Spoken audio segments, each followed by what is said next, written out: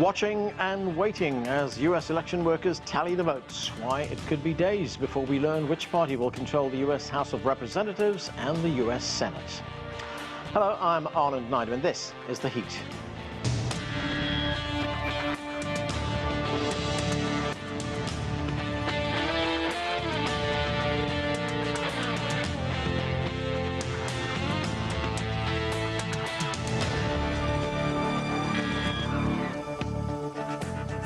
U.S. President Joe Biden described Tuesday's midterm elections as a good day for American democracy after Democrats fared better than expected. The U.S. president acknowledged voters are worried about high inflation, but struck an optimistic tone about the future. On this election season, the American people made it clear they don't want every day going forward to be a constant political battle. There's too much of that going on. And there's too much that we have to do. The future of America is too promising to be trapped in an endless political warfare. Control of the United States House of Representatives is still undecided, and according to the Associated Press, in the U.S. Senate, Republicans currently hold 49 seats, Democrats 48. Races in Arizona and Nevada are still too close to call, and Georgia will be decided in a runoff election in December. 51 seats are needed for a majority. For more on the U.S. midterm elections, let's bring in our Washington, D.C.-based panel. Joseph Williams is the former senior news editor for U.S. News and World Report. Amisha Cross is a Democratic strategist and political analyst. Also with us is Malik Abdul. He is a Republican strategist. And Jason Boxt is the founder and principal of 3W Insights, a research-driven strategic consultancy. Thank you, everyone, for being with us. Jason Boxt, let me start with you. Of course, the question of who's going to be controlling the House of Representatives or the U.S. Senate, for that matter, is still undecided. But the red wave, that's a reference to an overwhelming victory by the Republican Party, did not materialize. Here's what a Republican Senator, Lindsey Graham, said on a U.S. television network, NBC, on election night. Let's watch. Definitely not a Republican wave, that's for darn sure. I think we're going to be at 51, 52 when it's all said and done in the Senate. So, Jason, what do you think happened to this much-anticipated red tsunami? Well, midterm elections are always a really weird, strange animal. Historically, the president's party loses elections. As a matter of fact, 13 of the last 19 midterm elections, the president's party has actually lost both houses. I think we had this very interesting interplay between inflation on the one hand, which obviously is a pocketbook issue, but then you had a lot of people who were really motivated by abortion. I think Trump was the big decider, the sort of the weight of the balance there. Too many people, particularly independents, just couldn't stomach another MAGA election, and I think Trump weighed down on a lot of those Republican toss-up races. And despite the fact that he actually wasn't running for anything. Well, I think Trump made it very clear that whether or not he was actually on the ballot, he was very much on the ballot. Amisha Cross, I just want to get back to something Jason just told us a moment ago, that traditionally it is the party that is not in the White House that sees an election victory in the midterm elections. But Democrats seem to have defied that tradition this time, and they fared pretty well, as we saw during the elections on Tuesday night. So to what do you attribute that performance by the Democrats? Record-breaking younger voter turnout and Black people. At the end of the day, what we saw across the country when it came to this midterms is that younger voters, those 30 and younger, as well as those under 35, were shattering voting records. They were early voting. We saw the exact same thing in Black communities across the country. And we know that when the Black vote turns out and when the younger vote turns out, Democrats win. I would also argue that the strategic mistake that Republicans should have seen coming was that women vote, and women care about women's reproductive rights. They care about abortion rights. And making that an election day issue was one that really killed them. Because women across the country, whether they are in rural areas or urban areas or anywhere in between, they are going to vote to protect their right to choose. And even though the economy ranked supreme when it came to thoughts on people's minds when they went to vote, you know who didn't have a plan for an economic recovery? You know who didn't have a plan for inflation reduction? The entire Republican Party. So when we saw Barack Obama on the campaign stump, when he talked about what Democrats have done to reduce the cost of pharmaceutical drugs, when he talked about what they have done to ensure that people can get back to work, when he talked about the checks that were in people's pockets and the child tax credits, those things resonated with folks. And I think that those are the things that really, was proof positive that Democrats understand what Americans are going through, and they want to make sure that those Americans get back on track. And Republicans are the party they've always been. The party that has zero plan of action for anything, but likes to play in on culture wars. And that's what we saw. Okay, when you say there was a high turnout by younger people and by black people as well, what are the issues that drove them to the polls? A few things. For younger people in particular, student loan debt. We know student loan debt reform is on its way. We know that between 10 and 20K is going to be forgiven for a lot of younger student loan borrowers.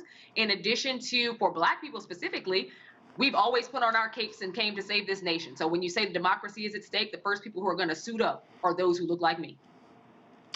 Joseph Williams, quite often when we look at elections in the United States, it's framed as a sports event. And this is not unique to the United States, of course. It happens in other countries as well. We got my team playing against your team, blue team against red team, yellow team against green team, whatever it may be. And sometimes forgotten in this mix is the impact elections have on ordinary people, the people who actually vote in these elections. So we have a rough idea of what this election looks like right now. What is going to change after this election? Everything and nothing. Everything that's going to change is the fact that Biden is going to be riding a bit of a high, even though he's going to lose probably net seats in the House. He's coming out of here looking better than he did going in, mainly because he hit the stump. Some of his candidates won. The Democrats turned back a red wave, and it looks like they've got a really solid chance of keeping the Senate if not pick up a seat or two here and there. So his power, his political juice is going to be going up a little bit. Nothing will change in the fact that gridlock is going to be the word of the day. Closely divided House, closely divided Senate, one way or the other. It's going to be really difficult to get things done. And this is things that drive people crazy about American politics. The fact that divisiveness equals static and the status quo. So I think that's going to be the big thing to look for, is whether or not Biden and the Republicans, because they're going to be facing some pressure as well as at least half of the governing party in the House, they're going to be facing some pressure to get things done. Whether or not they can work with this president remains to be seen. Malik Abdul, I want to play you something that the current Republican Minority Leader Kevin McCarthy said as the results started rolling in on election night. Let's listen to this. The American people are ready for a majority that will offer a new direction, that will put America back on track. Republicans are ready to deliver it. It's a new direction towards an economy that is strong, where you can fill up your tank, feed your family, where your paychecks grow and not shrink. So, Malik, if we look at some of the numbers here, we can see from polling that independent voters went to the Democrats 49 to 47%. So would it be fair to say the Republican message on the economy and on immigration, and especially on President Biden's low approval ratings, didn't really resonate with voters? No, I have to put this within the context of that we live in a very divided country. Republicans had typically, right, the party not in power, they end up getting about, I think, maybe 25, 26 seats. Republicans seem to be poised to get less than that, but they definitely will take the House. And at this point, we've already flipped 9 seats. But I think the message to the American people, whether or not for 47, 49%, that's not a very big difference. But sure, there were some miscalculations on Republicans' part. But I think a lot of that just had to do with the what we consider when we talk about polling. And I was never of those. I'm never on record talking about a red wave, because these are projections. And I think that's something that we need to keep in mind. We were projecting that this is what Republicans were going to do, that it was going to be a red wave, because that seemed like the energy in the country. In a very similar way in 2016, because of the energy in the country, it seemed as if that Hillary Clinton was going to beat Donald Trump. Well, that didn't happen, even though the polls themselves suggested that she would beat Donald Trump. So, yes, we're in a very divided country. Some things that there are lessons that Republicans can actually learn from this. But make no mistake, Republicans will regain the House. And the question is whether or not we'll regain the Senate. Malik, you know, Amisha Cross told us a moment ago that one of the reasons Democrats did so well was that they brought good policies to the table. They offered voters good policies. And as you say, if the Republicans rather take the House of Representatives, what are they going to bring to it? Well, and I actually disagree with the idea that Democrats brought good policy. At least if you look at the polling, it was the same economic concerns. I think there were larger issues at play than just feelings, even about one party or the other. There's a lot of people who are unhappy. I think as far as what the Republicans will do, yes, I will. For those who say that will there be investigations, yes, there are certain things that Republicans are going to be able to do around subpoena power, pulling back the purse strings, the 60 billion plus that we're sending to Ukraine. Republicans may try to actually pull some of that back, but as from a policy perspective, I don't think that Republicans, and typically it doesn't happen this way, but the minority party, if you will, comes up with these large policies. I think that there are things from a symbolic perspective that will pass out of the House, much like it passed out of the House here under the Democrats now. But there are going to be some things that Republicans will do, I'm sure, around tax reforms. What I'm hoping is that both parties, both Republican and Democrat, come up with a system. I know that our elections are not federalized, and so there's a lot of things with states' rights, but there are certain things that they should be able to agree on, and hopefully Congress can work on something so one state is not counting their absentee ballots on this day versus that day. I think there needs to be more consistency in our voting laws. That's what I'm hoping that Republicans do, but I agree with the idea that not a whole lot will be done. Jason, what are your thoughts on that? I mean, we do know how polarized politics are in the United States right now, how deep these divisions are, but where do you see the common ground where these two sides, these two parties can get together and achieve something, come to an agreement? Well, I think we're living in bizarre land where we've got Republicans talking about taking power away from states to do things and actually federalizing things that have long belonged to the states. I think one of the benefits or positive outcomes of this election, even with a Republican switch in power in the House, is that so many of the very far right MAGA Trump-centric candidates lost, that what's going to ultimately happen is that Republicans and Democrats are going to have to come together because so many of these extremes lost, that the center of power, at least in the upcoming Congress, rests closer to the middle than it does on the far right. I do think they'll find some ground on which they agree. I really hope that taking aid away from Ukraine is not one of them. I don't think that the center of either party sees America becoming more introverted and pulling out of its global responsibility as a world power is really something that'll happen. I do think that they'll come together on some issues around trade, some issues around the economy. I don't think they're going to touch elections with a 10-foot pole. And Jason, one other point, you know, we were talking a moment ago about the role that Donald Trump has played in this election, despite the fact that he was not on any ballot. But would it be fair to say that he was the biggest loser in the election? And would it perhaps be a little bit premature to start writing the obituary on Trumpism? Well, I wouldn't write the obituary, but it is really nice to hear the words "the biggest loser" referring to Trump coming out of somebody's mouth other than mine, because I absolutely think that's the case. He's already going after DeSantis because he recognizes that there's another alpha out there who probably can undermine his goals in 2024. I do absolutely believe that Trump was the biggest loser, but unfortunately for the Republican Party, I don't think he's going away yet. Amisha Cross, let's talk about Florida. Let's talk about Ron DeSantis. He had a big victory in Florida, winning the governor's race there. And in the Senate race, Marco Rubio, the incumbent senator, also won his election. This is a swing state, but it seems now that it's moved to the right. Why is Democratic support waning in the state? Well, I would argue that Florida has moved out of swing state category completely at this point, but have been trending towards conservatives for a good past 9 years. And now it's reached its full tilt. Part of that is because just like Georgia swung blue, for Florida, you had a lot of inward movement. You had a lot of people from other states come in over the past few years relocating. You've had business strategy that has attracted a lot of that movement. You also have a state that has fallen victim to culture wars. That was fine with the Don't Say Gay bill. That has been absolutely okay with anti-LGBT narratives in schools, that has been okay with watching what has gone down with the push against some of the restrictions around COVID-19 that were to promote public health. We've seen a governor in Ron DeSantis who took the Trump playbook and actually is just smarter and plays it better. And Republicans across the state of Florida have eaten it up. But I would also argue that what DeSantis has done that doesn't get enough attention is that he has galvanized the Latino vote.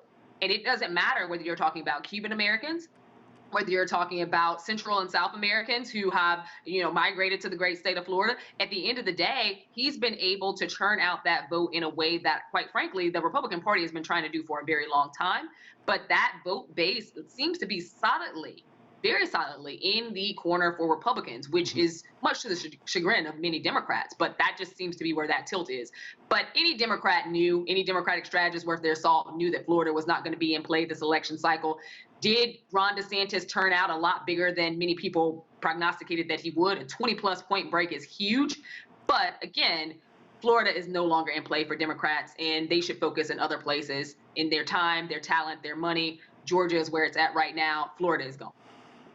Joseph Williams, what are your thoughts on what happened in Florida? Of course, it's a very diverse state if we look at it. I mean, if we look at the northern part of the state, the Panhandle as it's called, that's firmly Republican. But if we look in the South, we saw that Ron DeSantis did pretty well in Democrat strongholds, places like Miami-Dade County, Palm Beach.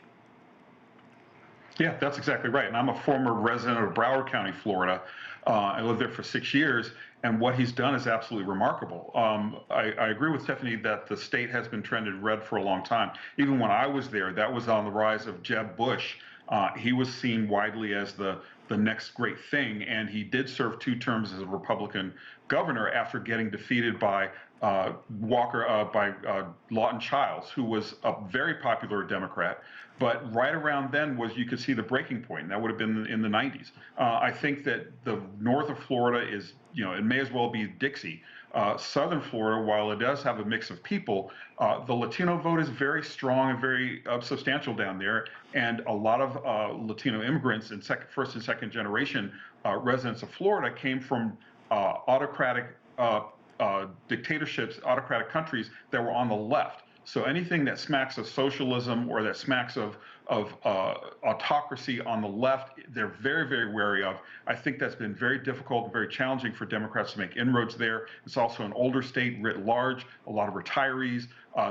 They tend to be more conservative. Right. It has been an influx of people from there. So I think that that's part of the trend that's been going on down in South Florida. So, Joseph, this was a really big win for Ron DeSantis. What does it do nationally for him? And I mean, he's been mentioned several times in several places about the fact that he might run for president. He might want to throw his hat in the ring for 2024. I think it's all but certain. I mean, you could see it in his eyes when he was giving his concession speech, or his victory speech, rather. Very little about issues, a lot about culture wars, a lot about Florida is where wokeism goes to die. If that's not a siren song for 2024, I don't know what is. I think he's got a national profile. I think he's playing to the audience, and I think he's going to do it almost without doubt.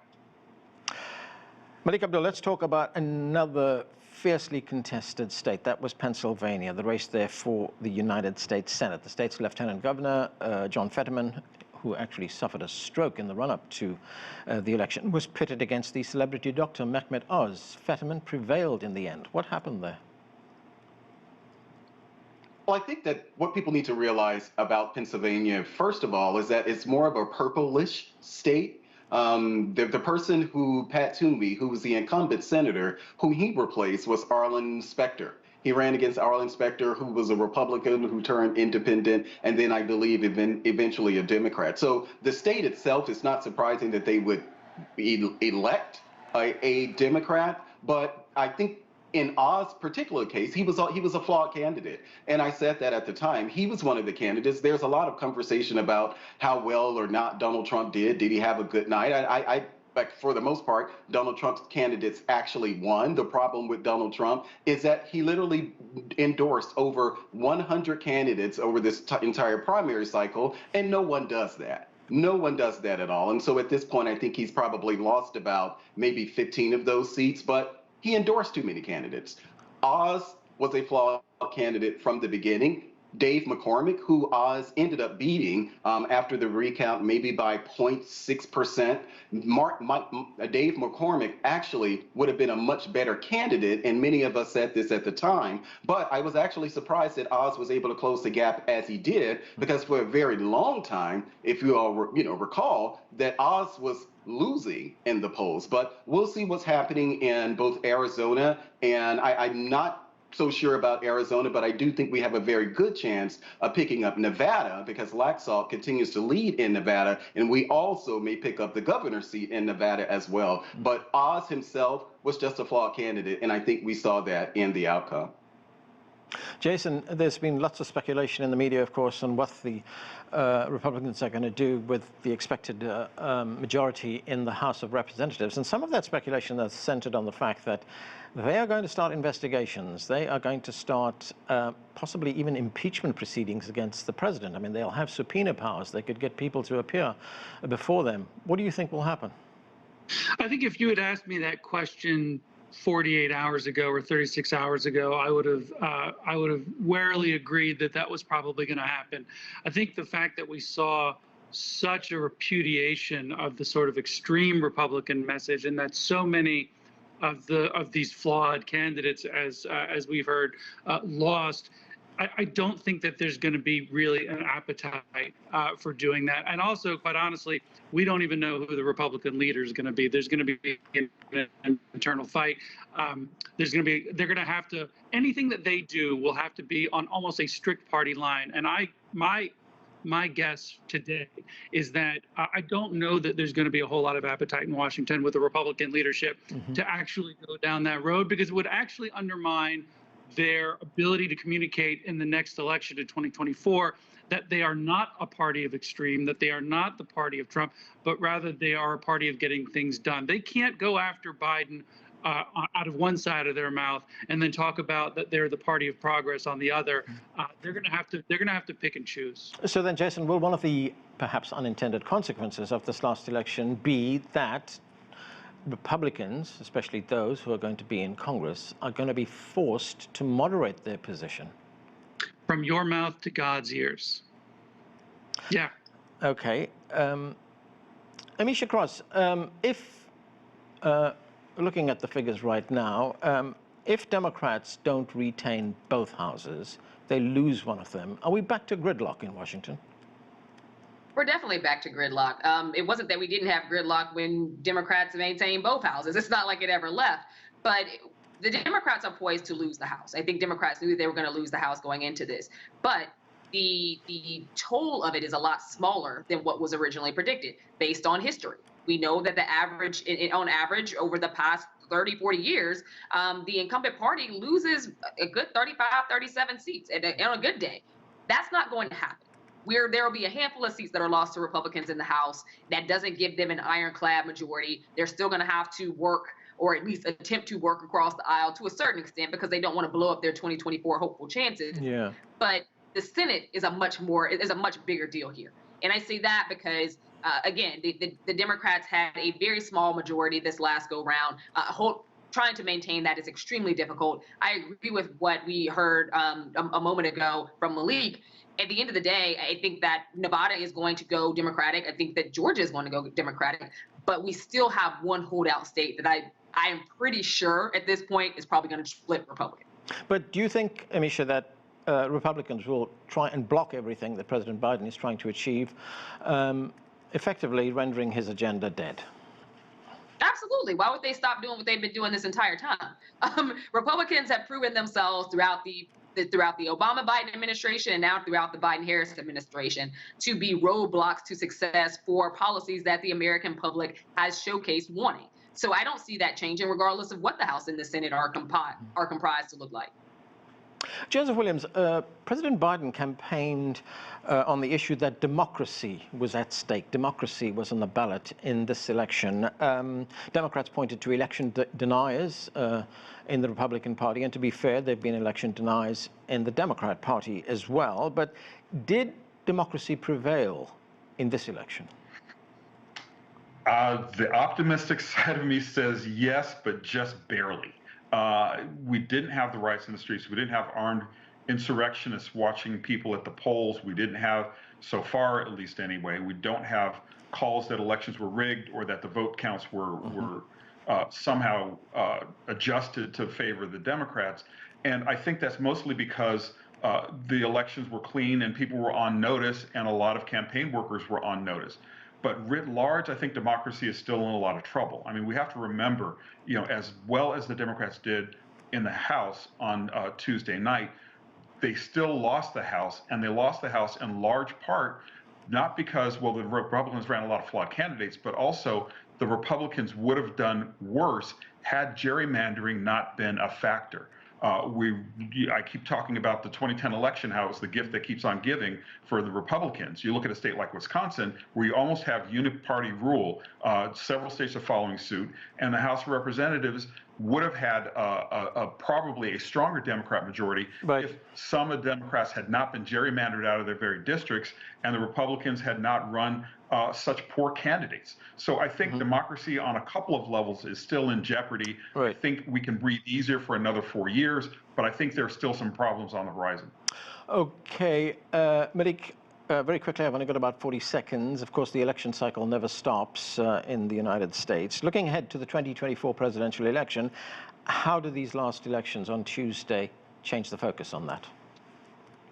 Well, obviously, Ron DeSantis' performance in Florida, I think it obviously puts him on the national stage. But Ron DeSantis actually isn't alone. I think that Governor Kemp, right next door out of Georgia, had an impressive race and win against Stacey Abrams. And he's someone who I imagine should be on the national stage. Ultimately, Donald Trump is going to run. It seems that that's what's going to happen. If he does run, Donald Trump will be he will win in the primary. And I think that if he has someone like Tim Scott or Nikki Haley on his seat, Donald Trump and that ticket either way will win against any Democrat. Okay, and that is where we are going to have to leave it. Thanks to all of you for being with us.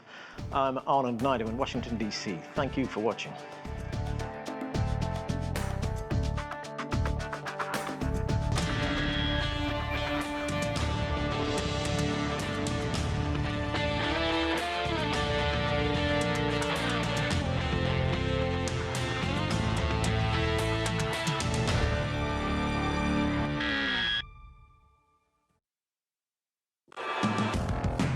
The nature of business.